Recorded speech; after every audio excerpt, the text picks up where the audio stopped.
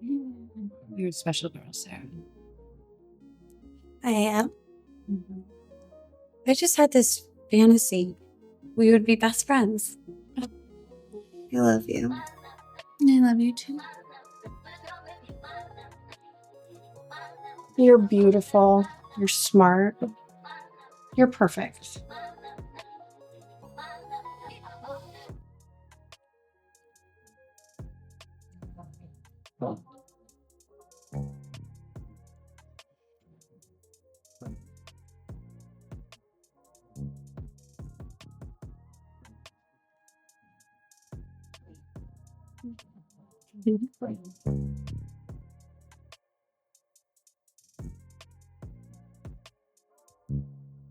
This opening scene between Helena and Delilah unfolds like a delicate exchange of mirrors, where admiration and identity blur until affection becomes indistinguishable from self-recognition, and longing hides beneath the gentlest gestures of curiosity and care. What begins as an innocent moment, Delilah caught trying on Helena's clothes, slowly transforms into something charged not with seduction but with awakening, with the quiet, tremulous intimacy that so often marks the beginnings of self-discovery among women who are learning to see themselves and others outside of the boundaries the world has imposed on them. When Helena notices her, the moment could have turned toward scolding or embarrassment, but instead it becomes one of warmth and permission. What's mine is yours, and what's yours is mine. That simple exchange disarms Delilah, suggesting a kind of acceptance that she may not be used to, an emotional openness that contrasts sharply with the guardedness she's learned to carry. There's an implicit safety in Helena's tone, the kind that queer women instantly recognize as sacred, the invitation to exist without shame, to explore oneself in the presence of another woman who sees you not as competition or curiosity, but as someone deserving of gentleness.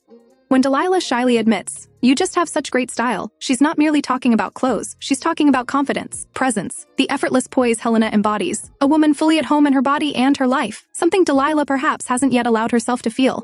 Helena's response, "Thank you, it means a lot," isn't dismissive, as one might expect from a woman used to flattery, but rather sincere. She recognizes the longing behind the words. When Delilah confesses, "I wish I could be just like you," the scene crystallizes around one of the oldest and most profound forms of queer connection. Admiration that becomes identification. Identification that becomes love. For many queer women, this is how attraction first takes root. Not through overt desire, but through the deep ache of wanting to be close to someone who reflects back the person you might one day allow yourself to be. Helena's reply, a soft, amused "Stop, you're flattering me," carries both affection and awareness. She sees the tenderness in Delilah's eyes but doesn't recoil from it. Her presence invites honesty, and Delilah, in turn, lets her guard slip further, revealing how much Helena's acceptance means to her. "No one's ever really told me anything like that before." That admission feels like the emotional heartbeat of the scene, the quiet revelation of loneliness beneath the surface. For queer audiences, this moment is painfully familiar, how validation from another woman, especially one who embodies the strength or freedom you crave, can feel life-altering. Helena's gentle insistence that Delilah is beautiful, smart, so generous, is not flirtation but affirmation, a small act of healing between women who have both, in different ways, learned to minimize themselves.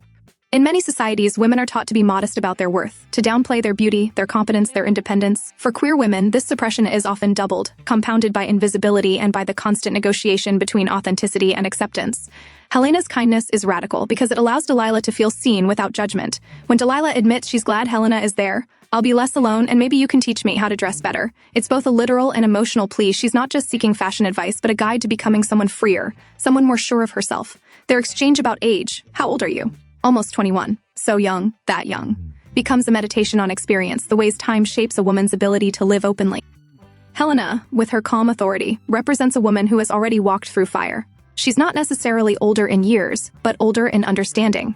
When she says, "You remind me a lot of me when I was your age," she isn't just reminiscing, she's extending solidarity, acknowledging that she too once stood in that uncertain space between admiration and self-knowledge. This is the kind of generational connection that resonates deeply in queer storytelling, how queer women often become mirrors and mentors for one another, learning to love through reflection and shared vulnerability. When Helena says people might think we're sisters, she teases but also tests the boundary of their closeness, how far their connection can stretch before the world demands labels. Delilah's "soft, you think?" carries both awe and longing, a quiet hope that this intimacy, however it's defined, might be allowed to exist. Then comes the question that tips the emotional axis of the scene: do you find me attractive? It's a moment that could have easily turned into something uncomfortable, but instead, it's treated with emotional honesty. Helena doesn't ask to provoke, she asks to understand, to invite Delilah to articulate something that's already hovering between them. When Delilah blushes and says, "What a question. Of course I do," and then adds, "You know I don't like guys, right?" It's not a declaration of identity so much as a moment of release.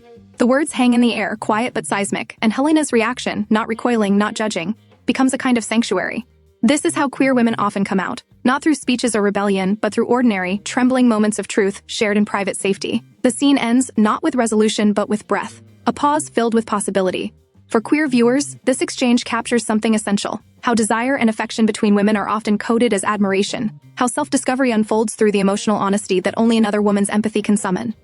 It also confronts the lingering societal discomfort with women's intimacy, the fear that closeness between women must always be sanitized or sexualized. What this scene offers instead is nuance, the recognition that attraction, affection, and kinship can coexist, that queer desire is not reducible to physical longing, but rooted in emotional recognition. In the joy of being seen and accepted by someone who understands you, the discomfort society feels toward such moments persists because women's love for each other dismantles patriarchal narratives that define women's value through men's desire. When women look at each other and say you're beautiful without seeking validation from anyone else, they create a space of autonomy that unsettles systems built on control and competition. Helena and Delilah's dynamic pushes against that discomfort by existing in softness, not spectacle. Their exchange doesn't perform for the gaze, it unfolds in the private language of trust and discovery.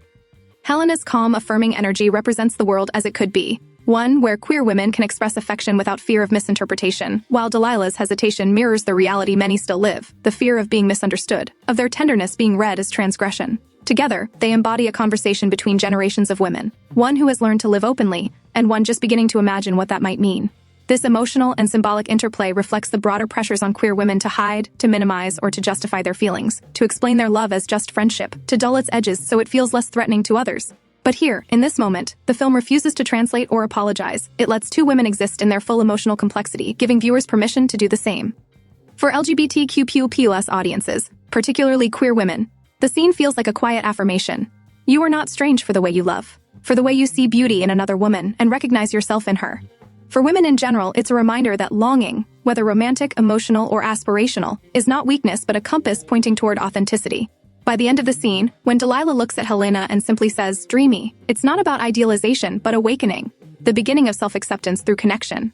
The moment lingers not because of what happens, but because of what doesn't. No declaration, no judgment, no need to define. Just two women sharing space, each teaching the other what it means to be seen. In a world that still struggles with women's closeness, that resists queer tenderness unless it conforms to fantasy, this scene feels quietly radical. It reclaims intimacy as truth, not spectacle, and offers a vision of womanhood rooted not in rivalry or restraint, but in mutual recognition, the kind of love, in all its forms, that finally allows women to be visible to themselves.